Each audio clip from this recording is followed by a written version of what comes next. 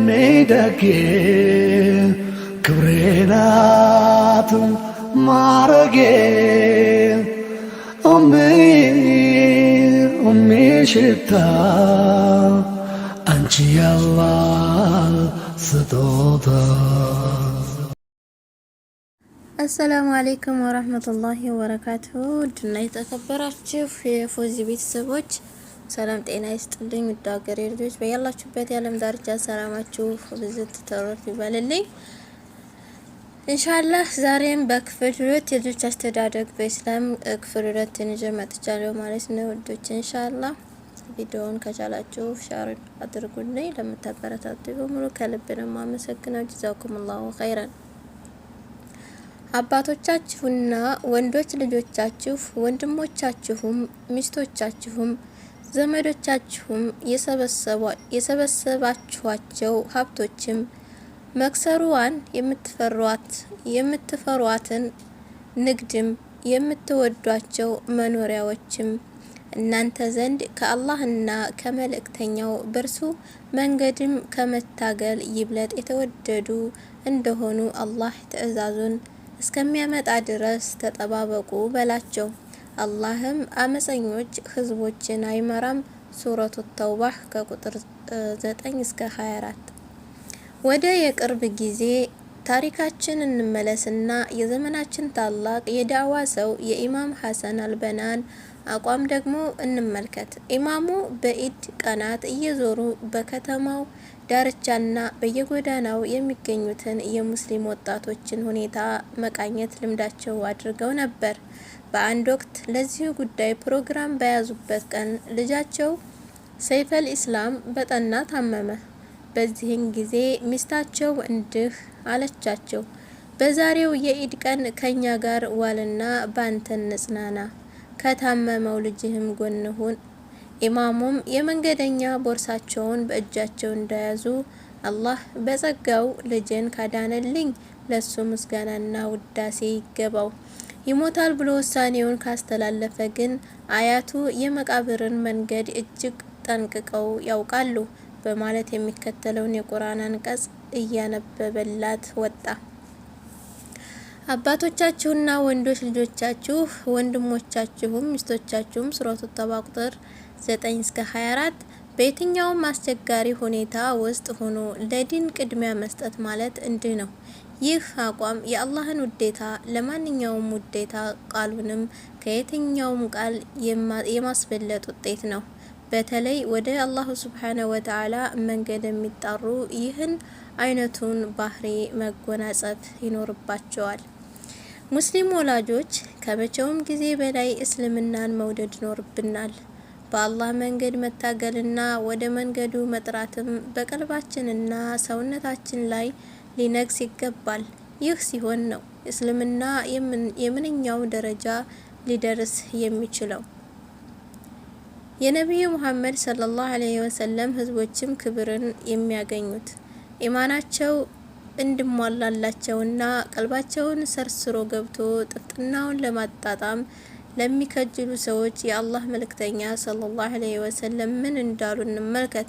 ቡኻሪ ከአነስ ረዲየላሁ ዐንሁ እንደዘገቡት ነብዩ ሰለላሁ ዐለይሂ ወሰለም እንዲህ ብለዋል፣ 3 ነገሮች ያሉት ሰው የኢማንን ጥፍጥና አገኘ። አላህ ሱብሓነሁ ወተዓላ እና መልእክተኛው ሰለላሁ ዐለይሂ ወሰለም ከሌሎች ነገሮች በበለጠ ወደሱ ዘንድ ተወዳጅ የሆኑ አንድን ሰው ለአላህ ብቻ ብሎ እንጂ ለሌላ ላይወድ፣ አንድ ሰው ወደ እሳት መወርወርን እንደሚጠላው ሁሉ ወደ ክህደት መመለስን አብዝቶ ሲጠላ። የአላህ መልእክተኛ ሰለላሁ ዐለይሂ ወሰለም ከራስ ንፋስ ከልጅ ከወላጅም ሆነ ከማንኛውም ዱንያዊ ጥቅም በላይ አስበልጦ መውደድን በተመለከተ ደግሞ ቡኻሪ እንደዘገቡት ዑመር ኢብኑ አልኸጣብ ረዲየላሁ ዐንሁ ለአላህ ነቢይ ሰለላሁ ዐለይሂ ወሰለም የአላህ መልእክተኛ ሆይ ከነፍሴ በስተቀር ከሁሉም በላይ አንቱ ከኔ ዘንድ ተወዳጅ ነዎት አላቸው። ነቢዩም ሰለላሁ ዐለይሂ ወሰለም አንዳችሁም አላመናችሁም ከነፍሱ በላይ ወደ እርሱ ዘንድ ተወዳጅ እስካልሆንኩ ድረስ አሉ። ዑመርም ረዲየላሁ ዐንሁ በአንቱ ላይ መጽሐፍን ባወረደው ጌታ እምላለሁ ከነፍሴም በላይ ወደውታለሁ አላቸው። ነቢዩም ሰለላሁ ዐለይሂ ወሰለም አሁን ትክክል ነህ ዑመር ሆይ አሁን እምነትህ ሞላ አሉት። እኛ ሙስሊሞች በዚች ምድር ላይ ከድኑ ስሜት በላይ የትኛውም ስሜት ሊበልጥብን አይገባም። የአላህ መልእክተኛ ሰለላሁ ዐለይሂ ወሰለም አንዳችሁም አላመናችሁም ስሜታችሁን እኔ ይዤ የመጣሁትን ነገር ፍጹም በሆነ መልኩ እስካልተከተለ ድረስ ማለታቸው ተዘግቧል። ቡኻሪና ሙስሊም ባስተላለፉት ሌላ ዘገባ የአላህ መልእክተኛ ሰለላሁ ዐለይሂ ወሰለም እንዲህ ብለዋል። ከሀብቱ፣ ከልጁ፣ ከገንዘቡና ከሰዎች ሁሉ በላይ እኔ በእርሱ ዘንድ ተወዳጅ ካልሆንኩ በቀር አንዳችሁም አታምኑም። ስድስተኛ ለመልካም አስተዳደግ ሲባል ልጅን መቅጣት። ልጅ ትንሽ ሆኖ በእናት አባቱ ቤት ውስጥ እስካለ ድረስ ተከታታይ ትምህርትና የበለጠ እንክብካቤ ያስፈልገዋልና ወላጆች እሱን ሊያስተካክል የሚችሉትንና ያዋጣል የሚሉትን ነገሮች ሁሉ ማድረግ ይኖርባቸዋል። ይህም ልጅ በተሟላ የእስልምና እሴትና በአማረ ማህበራዊ ስርዓት ግንኙነት ላይ ያድግ ዘንድ ያግዘዋል። እስልምና ልጅን በመልካም ሁኔታ ለማሳደግ የራሱ የሆነ መንገድ አለው። ወላጆች ልጃቸውን ከማኩረፍና ከማግለል ይልቅ ምክርና ልስላሴ የሚያዋጣ መሆኑን ካወቁ ይህንኑ ማድረግ ይኖርባቸዋል። መቆጣትና ማኩረፍ ይበልጥ ጠቃሚ ሆኖ ካገኙ ደግሞ ወደ መምታቱ ከመፍጠን መቆጠብ ይኖርባቸዋል። በሁሉም አማራጮች ልጅን ማስተካከሉ የከበደ እንደሆነ ደግሞ ጉዳትን በማያስከትል መልኩ ቀለል ያለ ምት በመምታት ልጅን መቅጣትም ችግር የለውም። ባህሪውን ገርቶ ስርዓት ሊያስይዘው ይችላልና። ወንድ ወላጆች ኢስላማዊ የልጆች አነጻን አስመልክቶ መልካም ምሳሌ የሆናቸው ዘንድ የሚከተሉትን የነብዩ እና የሷሃቦችን ድርጊት በአንክሮ ተመልከቱት።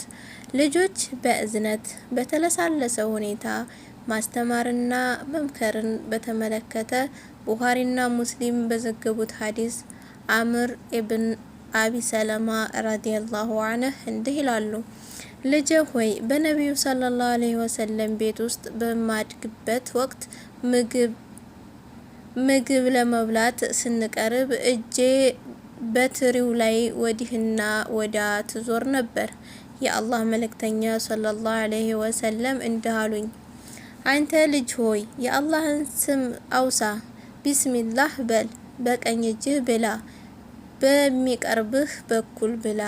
ቡኻሪ እና ሙስሊም ከሰህል ኢብን ሰዕድ ረዲየላሁ ዐንሁ እንደዘገቡት ደግሞ ለአላህ መልእክተኛ ሰለላሁ ዐለይሂ ወሰለም የሚጠጣ ነገር መጣና ከላዩ ላይ ጠጡ። በቀኛቸው በኩል አንድ ልጅ ነበረ፣ በግራቸው ደግሞ ትላልቅ ሰዎች ነበሩ።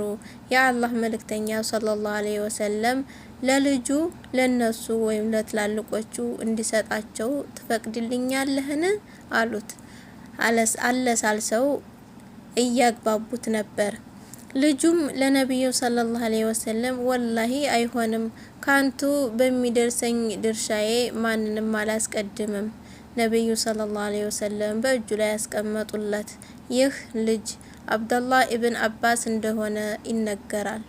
ልጁን ሲያጠፋ ማኩረፍን አለመናገርን በተመለከተ ደግሞ ቡኻሪና ሙስሊም ከአቢ ሰዒድ ረዲየላሁ ዐንሁ እንደዘገቡት የአላህ መልእክተኛ ሰለላሁ ዐለይሂ ወሰለም ከኸዝፋ በጣት ጠጠርን ከማስፈንጠር ከለከሉ። እንዲህም አሉ፣ ኸዝፋ ታደኝን አይገድልም፣ ጠላትን አይሰብርም፣ ነገር ግን ዓይንን ያጠፋል፣ ጥርስን ይሰብራል። በተያያዘ ዘገባ ለኢብኑ ሙገፈል ዘመድ የሆነ ልጁ በጣቱ ጠጠር አስፈነጠረ። ልጁ ትንሽ ነበር። አቢ ሰዒድም የአላህ መልእክተኛ ሰለላሁ ዐለይሂ ወሰለም ከማስፈንጠር ከልክለዋል፣ እሱ ለአደን አይጠቅምም ብለዋል በማለት ከለከለው። ልጁ ግን ተመለሰበት። የአላህ መልእክተኛ ሰለላሁ ዐለይሂ ወሰለም ማስፈንጠርን ከልክለዋል እያልኩህ መልሰህ ታስፈነጥራለህን? ሁለተኛ አላናግርህም አለው። ልጁን ለማስተካከል መምታት የሚቻል ስለመሆኑ ደግሞ ይህን ዘገባ እንመልከት። አቡ ዳውድና ሐኪም ከአምር ኢብኑ ሹዓይብ ከአባቱ እንዲሁም ከአያቱ እንደዘገቡት የአላህ መልእክተኛ ሰለላሁ ዐለይሂ ወሰለም እንዲህ አሉ። ልጆቻችሁን 7 ዓመት ሲሞላቸው በሰላት አዘዟቸው። 10 ዓመት ሲሞላቸው ደግሞ አልሰግድም ብለው ካስቸገሩ ምቷቸው። በመኝታም ለያዩቸው፣ ለየብቻ ይተኙ። ይህ ስርዓት የማሳያ ሁኔታ የታዘዘው ልጅ ገና በልጅነት እድሜ ላይ ሳለ ነው። ወደ ወጣትነት እድሜ ከገባና ትልቅ ሰው ወደ መሆኑ ከተጠጋ እንደሆነ ግን አካሄዱ ከዚህ ይለያል። ልጅ በምክር የማይመለስ ከሆነና በጥመቱም የገፋ እንደሆነ ከድርጊቱ እስኪመለስ ወላጅ እስከ መጨረሻው ሊያኮርፈው ይገባል። የሚከተሉትን ሀዲሶች እንመልከት። ጦበራኒ ከኢብኑ አባስ ረዲየላሁ ዐንሁ እንደዘገቡት የአላህ መልእክተኛ ሰለላሁ ዐለይሂ ወሰለም እንዲህ አሉ። አስተማማኙ የማስተሳሰሪያ ገመድ ኢማን ወይም እምነት ነው። ለአላህ ብሎ መወዳጀት፣ ለአላህ ብሎ ጠላትን ማወጅ፣ ለአላህ ብሎ መውደድና ለአላህ ብሎ መጥላት ነው። ኢማሙ ቡኻሪ ረዲየላሁ ዐንሁ በኪታባቸው እምቢ ያለን ሰው ማኩረፍ ይበቃል በሚለው ምዕራፍ ስር ከዕብ ኢብኑ ማሊክ ረዲየላሁ ዐንሁ ነቢዩ ሰለላሁ ዐለይሂ ወሰለም ለትቡክ ዘመቻ ሲሄዱ በቀር ጊዜ ከዕብ ነቢዩ ሰለላሁ ዐለይሂ ወሰለም ሙስሊሞች እኛን እንዳያናግሩ ለ50 ቀናት ከልክለው ነበር ማለቱን ጠቅሰዋል። በወቅቱ እነ ከዕብ ሰፊዋ መሬት እስክትጠባቸውና ነፍሳቸውም እስክትጨነቅ ድረስ የሚያናግራቸው ሰላም የሚላቸው ሆነ የሚያቀማምጣቸው አንድም ሰው አላገኙም ነበረ። አላሁ ሱብሓነሁ ወተዓላ ተውባቸውን ተቀባይነት ማግኘቱን በቁርአኑ ውስጥ እስካላወረደበት ጊዜ ድረስ። በሌላ በኩል ደግሞ ነቢዩ ሰለላሁ ዐለይሂ ወሰለም የተወሰኑ ሚስቶቻቸውን ለመቆጣት እና ስርዓት ለማስያዝ አኩርፈዋቸው እንደነበርም ዘገባዎች ያመለክታሉ። ኢማሙ ሱዩጢ እንደዘገቡት ደግሞ አብዱላህ ኢብኑ ዑመር እስከ ሞቱበት እለት ድረስ ልጃቸውን አኩርፈው ነበር። ይህም የሆነው አንድ ከነቢዩ ሰለላሁ ዐለይሂ ወሰለም የነገሩትን ሐዲስ ልጃቸው ተግባር ላይ ባለማዋሉ ነበር። ይህ በኢስላምና በኢማን ላይ በሆነበት ሁኔታ ጥፋቶችን ሲያጠፉ ነው። ሆኖም ጥፋቱ ብዙ ወደ ክህደት የገባ እንደሆነ ደግሞ ከእርሱ ጋር ግንኙነት አይታሰብም ነበሩ ወይም ደግሞ ከሱ ራስን ማጥራት ኢማኑ የሚያዘው ትንሹ ነገር ነው። አላህ ሱብሓነሁ ወተዓላ እንዲህ ይላል፣ በአላህና በመጨረሻው ቀን የሚያምኑትን ህዝቦች አላህና መልእክተኛውን የሚከራከሩትን ሰዎች አባቶቻቸው ወይም ልጆቻቸው ወይም ወንድሞቻቸው ወይም ዘመዶቻቸው ቢሆኑም እንኳ የሚወዳጁ ሆነው አታገኟቸውም። እነዚያ በልቦቻቸው ውስጥ እምነትን ጽፏል። ከእነርሱም በሆነ መንፈስ ደግፏቸዋል። ከስሮቻቸውም ወንዞች የሚፈሱባቸውን ገነቶች በውስጣቸው ዘውታሪዎች ሲሆኑ ያገባቸዋል። አላህ ከእነርሱ ወዷል፣ ከእነርሱም ወዷል። እነዚያ የአላህ ህዝቦች ናቸው። ንቁ የአላህ ህዝቦች፣ እነርሱ ምኞታቸውን የሚያገኙ ናቸው። ሱረቱል ሙጃደላ ቁጥር 58። በሌላ የቁርአን ሱራ ደግሞ ኑህም ጌታውን ጠራ አለም፣ ጌታዬ ሆይ ልጄ ከቤተሰቤ ነው፣ ኪዳንህንም እውነት ነው፣ አንተም ከፈራጆች ሁሉ ይብለጥ አዋቂ ነህ። አላህም ኑህ ሆይ እርሱ ከቤተሰብህ አይደለም፣ እርሱ መልካም ያልሆነ ስራ ነው።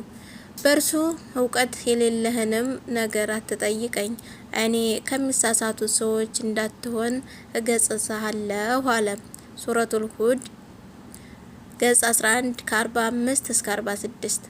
በሌላ የቁርአን አንቀጽ ደግሞ ኢብራሂምን ጌታው በቃላት ወይም ደግሞ በህግጋት በፈተነውና በፈጸማቸው ጊዜ አስታውስ፣ እኔ ለሰዎች መሪ አድራጊ ነኝ አለው።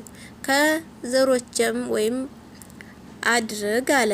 ቃል ኪዳኔ በዳዮችን አያገኝም አለው። ሱረቱል በቀራ ገጽ 2 ቁጥር 124።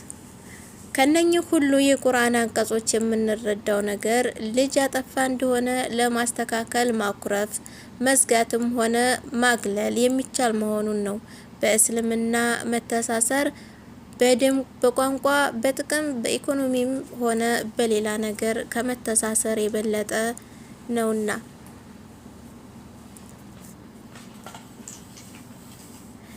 አንድ ወላጅ ልጅ ሲወለድለት ምን ማድረግ ይኖርበታል? ከአላህ ሱብሃነሁ ወተዓላ የተሰጠንን ምርጡ ሸሪዓችንን ከመሰረታዊ እውቀት ከትንሽ እስከ ትልቅ ምንም የሚያስቀርብን ነገር የለም። ልጅን በተመለከተም አሳዳጊዎችና ወላጆች በእውቀት ላይ ተመስርተው እንዲንቀሳቀሱ ከተወለደበት ጊዜ አንስቶ በአስተዳደጉ ዙሪያ መደረግ ስላለባቸው ነገሮች ግልጽ የሆኑ መመሪያዎችና ህግጋቶችን አስቀምጧል። ከእነኚህ መመሪያዎች እስቲ ጥቂቶቹን እንመልከት። የእንኳን ደስ ያለህ የደስታ መግለጫ መልእክቶች የአንድ አማኝ ደስታ የሌላውን ደስታ ነውና ልጅ ያገኘን ወንድም ደስታ መጋራት እጅግ የተወደደ ነው። ደስታውንም በውስጥ አምቆ ማያዝ ሳይሆን በእርሱ ደስታ እንደተደሰቱ መግለጽ መልካም ነገር ነው።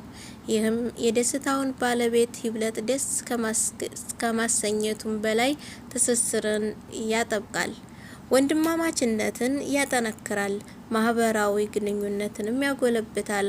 በሙስሊሞች መካከልም መዋደድና መፋቀር ይጨምራል።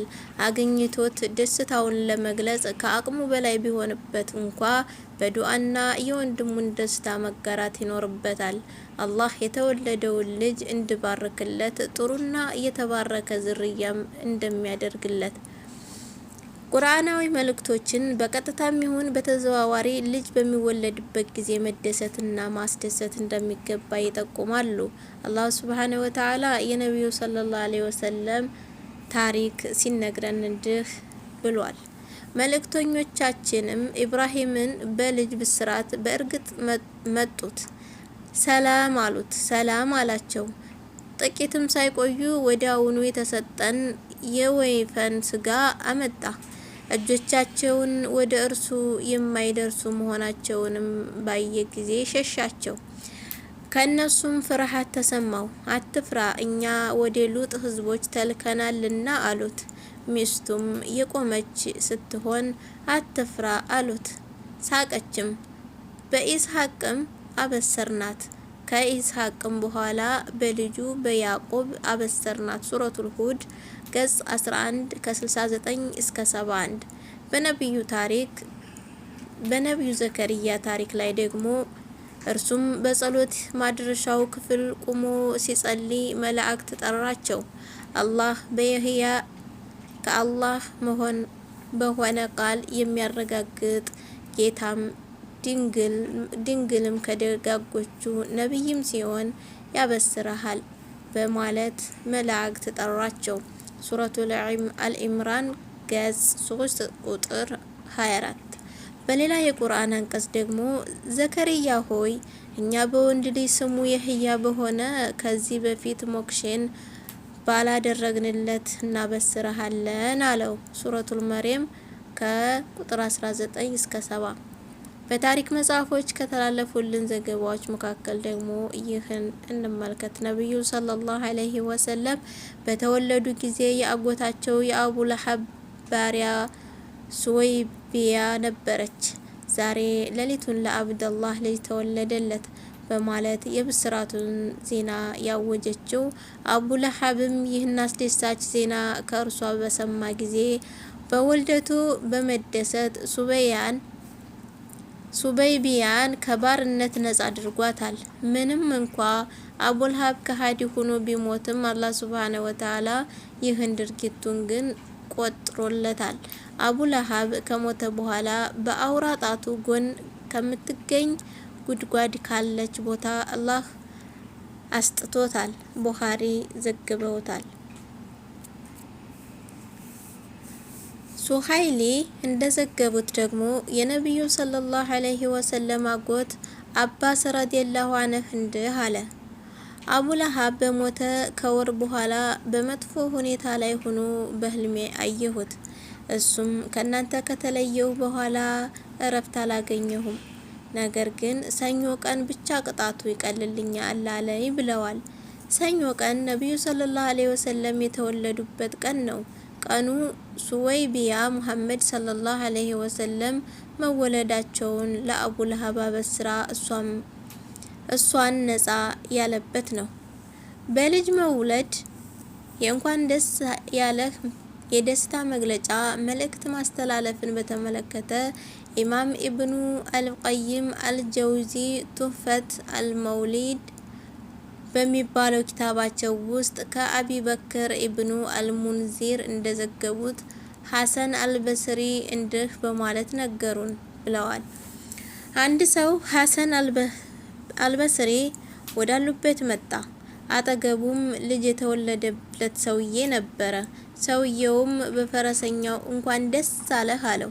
ሐሰንም ፈረሰኛ ይሁን አህያ ምኑን ታውቃለህ አሉት። ሰውዬውም እንግዳውስ ምንድነው የምለው ታዲያ በማለት ጠየቀ። ሐሰን አልበስሪም እንዲህ በል አሉት፣ ቡሪከ ለካ ፊል መውሁብ ወሸከርተል ወሂብ ወሩዙቅተ ቢረሁ ወበለጋ አሹደሁ። የተሰጠህን ይባርክልህ፣ የሰጠህንም አመስጋኝ ሁን። ለበጎ ተግባሩ መሩም የምትታደል ያድርግህ፣ ይደግ ይመንደግ። ይህ የደስታ መግለጫ መልእክት ለሁሉም አዲስ ለተወለደ ልጅ የሚደረግ ነው። ወንድ ይሁን ሴት ልዩነት መደረግ የለበትም። ሙስሊሞች ይህን ነቢያዊ ሱና መተግበር በእጅጉ የሚያስፈልጋቸው ጊዜ ላይ ነው ያለው።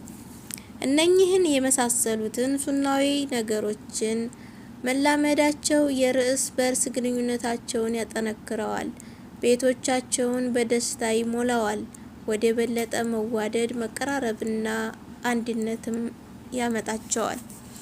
2. በተወለደው ልጅ ጆሮ ላይ አዛን እና ኢቃማ ማድረግ የሚወደድ ስለመሆኑ በሸሪዓችን አዲስ ለተወለደ ልጅ መደረግ ከሚገባው ነገር መካከል በቀኝ ጆሮ አዛንና በግራ ጆሮ ኢቃማ ማድረግ ነው።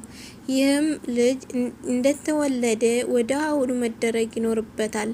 አቡ ዳውድ እና ቱርሙዚ አቢ ረፍዕን በመጥቀስ ሁሴን የፋጡማ ልጅ በተወለደ ጊዜ የአላህ መልእክተኛ ሰለላሁ ዐለይሂ ወሰለም በሁሴን ጆሮ አዛን ማድረጋቸውን አይቻለሁ ማለቱን ዘግበዋል።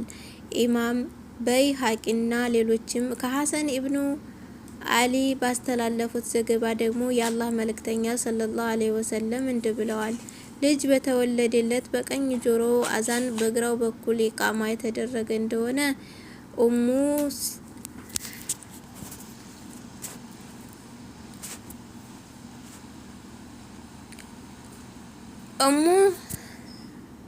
እሙ ሲቢያን አትጎዳውም።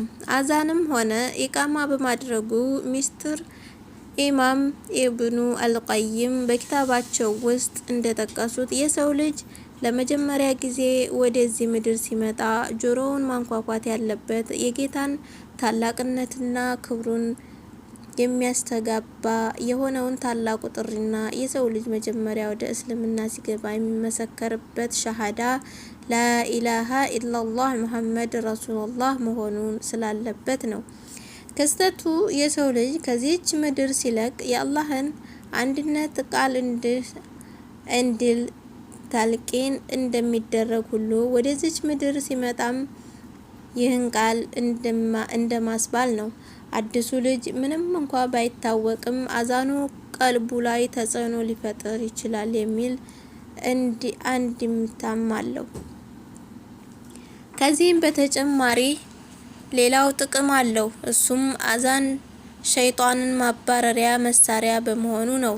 አዲሱን ልጅ በተንኮል ሊነካው እስኪወለድ ድረስ የሚጠባበቅ ሲሆን የአዛንን ቃላት ሲሰማ ግን ይዳከማል፣ ይበሳጫል። ከዚህ አልፎ አካባቢውን ጥሎ ይሸሻል። ሌላም ትርጉም አለው። ይህም የተወለደውን ወደ አላህ ወደ ሃይማኖቱ ወይም እስልምና እና አላህን ወደ ማምለክ የመጣራቱ ጉዳይ ከሸይጣን ጥሪ እንዲቀድም ታስቦ ነው። ሸይጣን ከመንገድ ሳያስወጣው በፊት አላህ ሱብሓነሁ ወተዓላ የሰው ልጅን የፈጠረበት መንገድ ይኸው ነውና ብለዋል። ኢብኑል ቀይም ትናንትናቸውን ሲቋጩ በእርግጥ ከዚህም ባለፈ ሌላ ጥበብና ሚስጥርም ሊኖረው ይችላል ብለዋል። ይህ ኢብኑ አልቀይም የጠቀሱት አዛንን በማድረጉ ጥበብና ሚስጥር የአላህ መልእክተኛ ሰለላሁ ዐለይሂ ወሰለም የሰው ልጅ ነፍስ ተዘርቶበት ወደዚች ዓለም ከመጣበት ጊዜ ጀምሮ እምነቱና አመለካከቱ የተስተካከለ እንዲሆን ምን ያክል እንደሚጠበቡና የሸይጣንንና የስሜት የበላይነትን ለማስወገድ የቱን ያክል እንደሚጨነቁ ነው። ልጅን ተህኒክ ማድረግ። ልጅ እንደተወለደ ወደ አሁኑ ተህኒክ ማድረግ ሌላው ነብያዊ ሱና ነው። ተህኒክ ማለት ተምርን በማኘክ ጣት ላይ አድርጎ አዲስ በተወለደ ህፃን ልጅ አፍ ውስጥ በማስገባት በቀስታ ወደ ግራና ቀኝ ማድረስ ነው። ተምር የማይገኝ ከሆነ በማንኛውም ጣፋጭ በተለወሰ ነገር ማድረግ ይቻላል። የተህኒክ አስፈላጊነት ሚስጥሩ ምናልባትም በተህኒክ ወቅት የልጅን ምላስን በማንቀሳቀስ የአፍ ጡንቻዎችን ለማጠንከር ሊሆን ይችላል። ይህም አዲስ ህፃን በተፍታታ ምላሱ የእናቱን ጡት ለመያዝና ለመምጠጥ ያስችለዋል። ተህኒክ ማድረግ ያለበት ሰው በአላህ ፍራቻ የሚታወቅ ቢሆን ይመረጣል። ምክንያቱም መጀመሪያ ወደዚች ምድር የመጣን ሰው መልካምና በአላህ ፍራቻ የተሻለ ሰው ቢነካው የአዲስ ልጅ መልካምነት እንዲበዛ ይከጀላልና ነው። ለዚህ አቋም የፈቂህ ጠበበት እንደ ማስረጃ ከጠቀሷቸው ሐዲሶች ቡኻሪና ሙስሊም በዘገቡት በአቢ ቡረይዳ ሐዲስ አቢ ሙሳ እንዲህ ይላል። ልጅ ተወለደልኝና ነብዩ ሰለላሁ ዐለይሂ ወሰለም ዘንድ ይዤው መጣሁኝ። እርሳቸውም ኢብራሂም ለማለት ስም አወጡለት። በተምርም የአፉን ውስጥ ለወሱ። አላህ እንዲባርከውም ዱዓ በማድረግ መልሰው ሰጡኝ። ከዚህ ቀደም ባየነው የኡሙ ሱለይም ረዲየላሁ ዐንሃ ሐዲስም ነብዩ ሰለላሁ ዐለይሂ ወሰለም ከአቢ ጦልሃ የተወለደውን ልጅ ተህኒክ እንዳደረጉና ስሙንም አብደላህ እንዳሉት አይተናል። አልሂላል ደግሞ ሙሐመድ ኢብኑ አሊ የአህመድ ኢብኑ ሐንበል ሚስት እንዲህ ስትል ሰምቻታለሁ ብለዋል። ምጥ በያዘ ጊዜ አሳዳሪዬ ወይም ባሌ ተኝቶ ነበረ። እኔም ጌታዬ ሆይ እየሞትኩ ነው አልኩት። እሱም አላህ ይፈርጅሽ አለኝ። እሱ እንዲህ እንዳለ ወዳውኑ ሰዒድን ተገላገልኩ። ከመካ ያመጣነው ተምር ቤት ውስጥ ነበረና ያንን ተምር አምጡ ካለ በኋላ ከአሊ እናት ይህን ተምር አኝኪና አፉ ውስጥ አላውሺ አላት። እሷም እንደተባለችው አደረገች።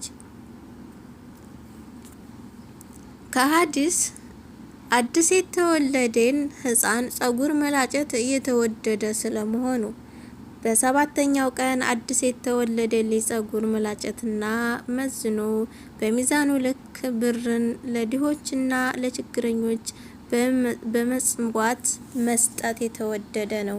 የዚህ ድርጊት ዓላማና ሚስጥሩ አንደኛ የህፃን ልጅ ጸጉር መላጨት ጥንካሬን ይጨምርለታል፣ የራስ ቅሉንም ክፍት ያደርግለታል።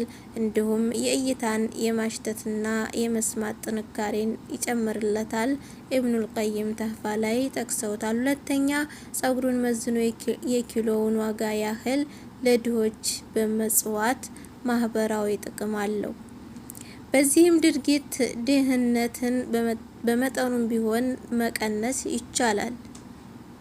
በማህበረሰቡ ውስጥ መተዛዘንና መተጋገዝን ያሳያል።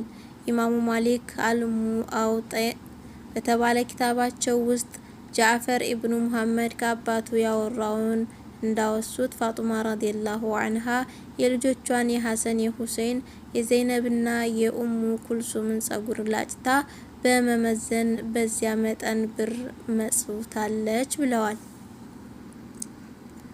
እሺ እኔ ወዶች ድረስ ይበቃኛል ማለት ነው። ኢንሻአላህ ነገ ይቀጥላል። ታሪካችን እንደቀጠለ ነው።